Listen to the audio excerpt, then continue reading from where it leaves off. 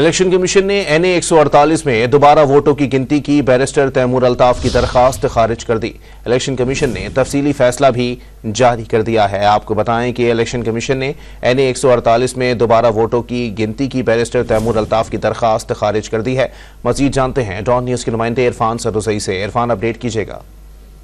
جی، election commission نے N اے 148 میں دوبارہ ووٹوں کی جو گنتی کی درخواست ہے وہ خارج کر دی ہے، اور اس حوالے سے الیکشن کمیشن نے تفصیلی فیصلہ جاری کر دیا ہے۔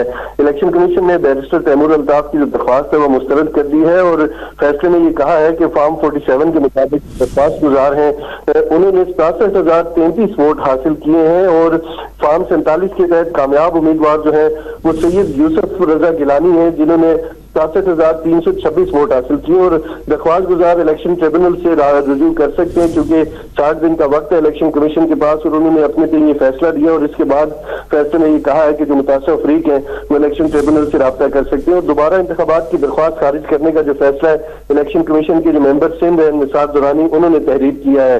جی، بہت شکریہ عرفان سدوسی اپڈیٹ کرنے کے لیے۔